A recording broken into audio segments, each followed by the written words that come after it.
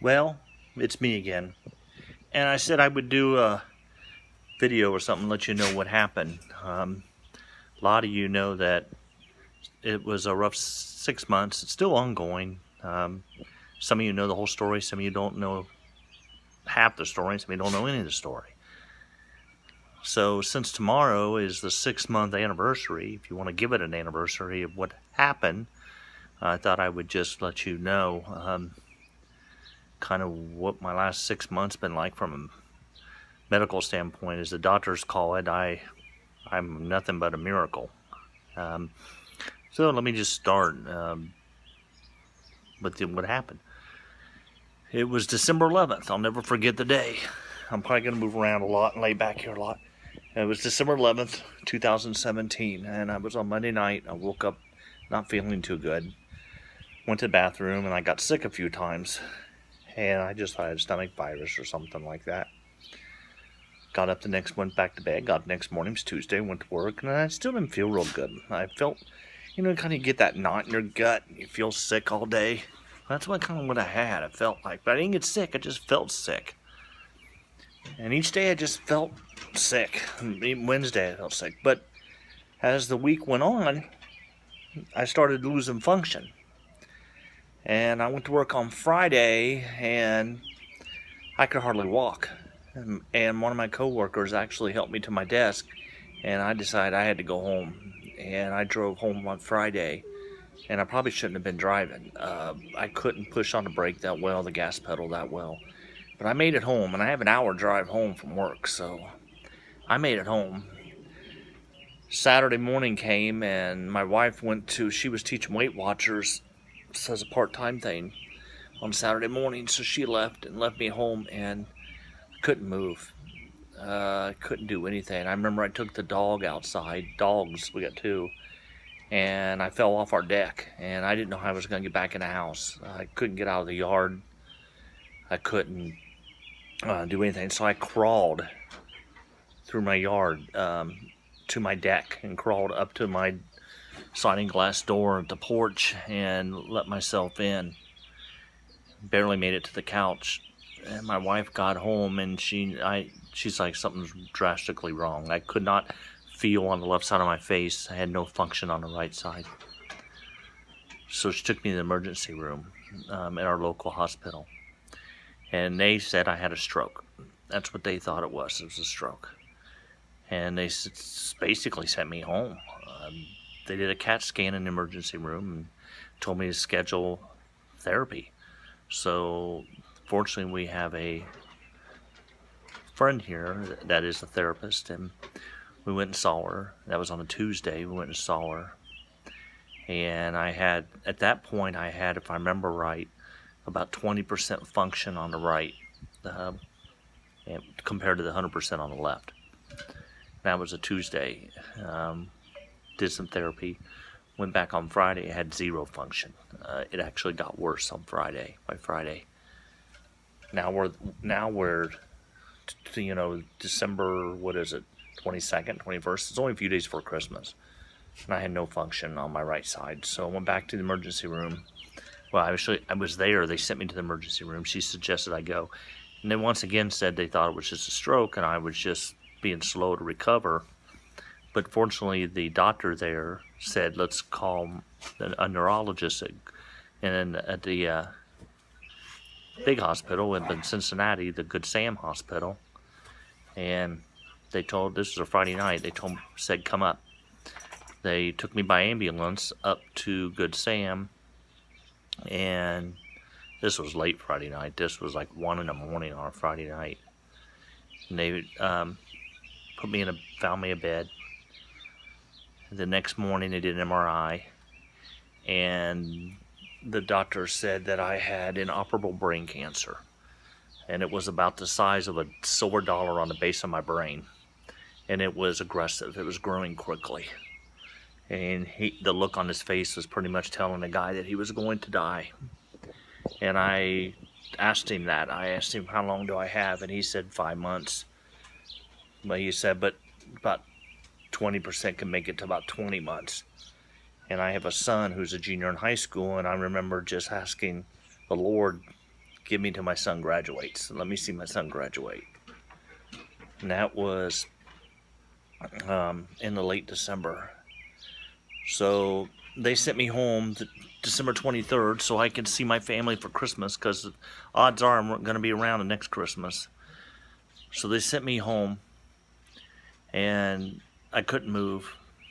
Couldn't move my right side at all. Couldn't feel my left side. Had no taste. Was losing weight. Couldn't go to the bathroom. My wife was amazing. She did everything. She took care of me. You know, my oldest son's living here at the time. He still is, actually. He helped a lot. They had to pick me up and carry me, pretty much. My bedroom's on the second floor.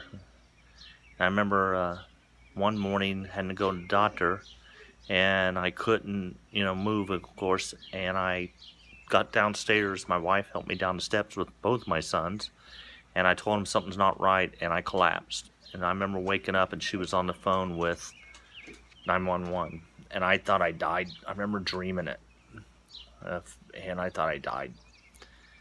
And went to the hospital, had a bunch of tests done, came back home.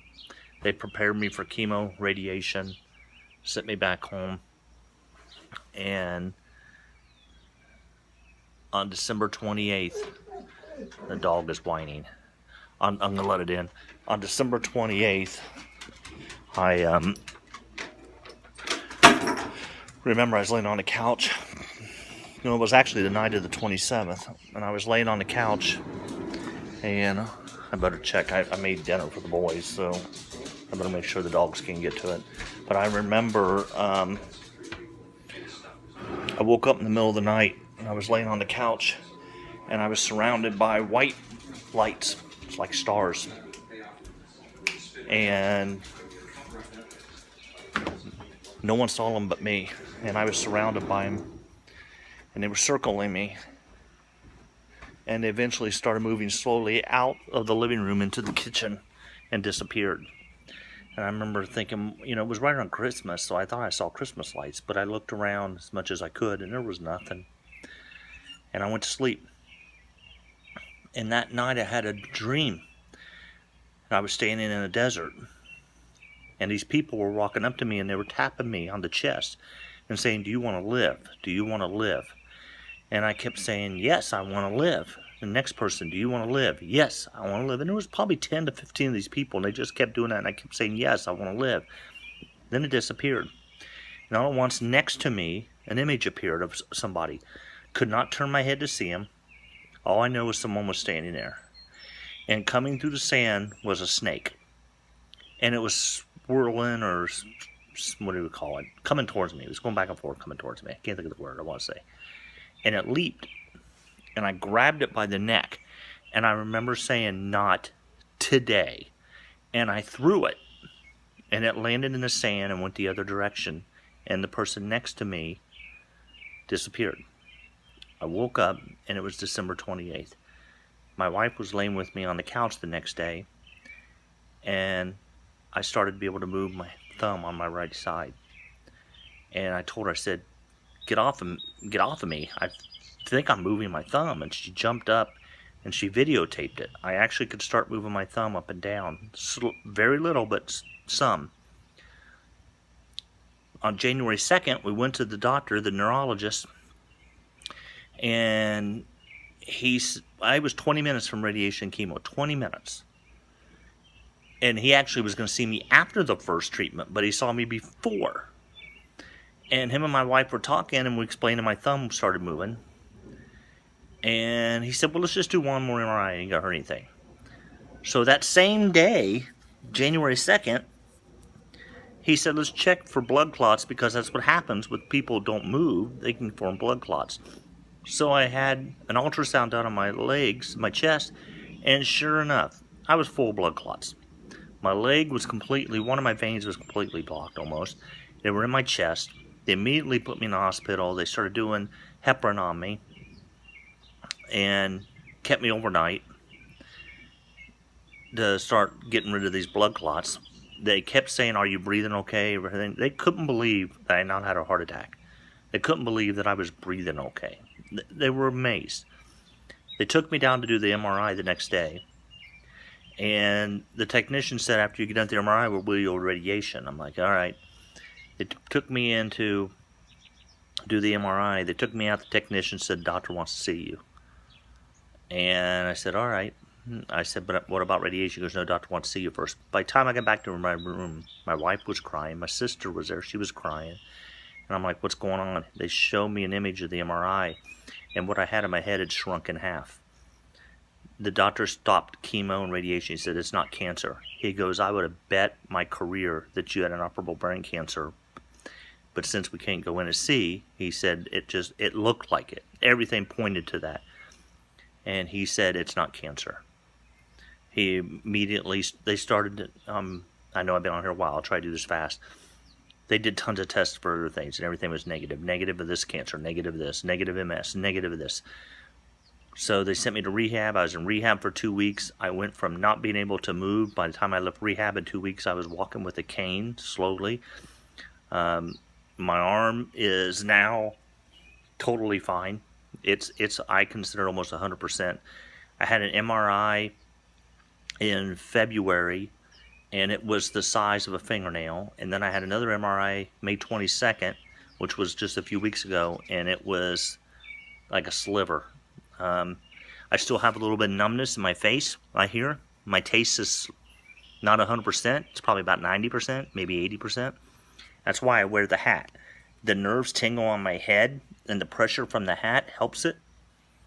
So I went from not staying awake, I couldn't stay awake past 2 o'clock, to I'm being able to, I went on vacation.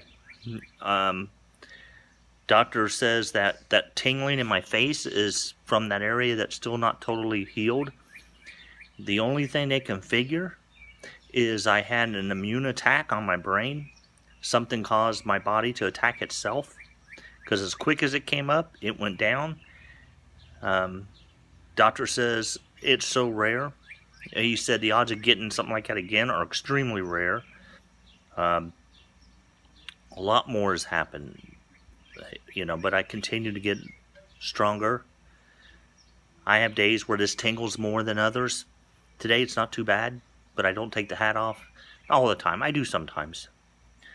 I don't have much of an appetite. That's better than it was. For a while, didn't want to eat at all. Now the appetite's a little bit better, but I know if I don't eat, I feel weird, and I have to eat. So I do eat, and I can eat. It's not like I can't eat, but some things don't taste good to me anymore. I used to love sweets, don't anymore. Red meat don't taste that great, and I get indigestion a lot with red sauces now. But I'll get used to that. At least I'm walking, and at least I'm alive, because I could have been dead right now.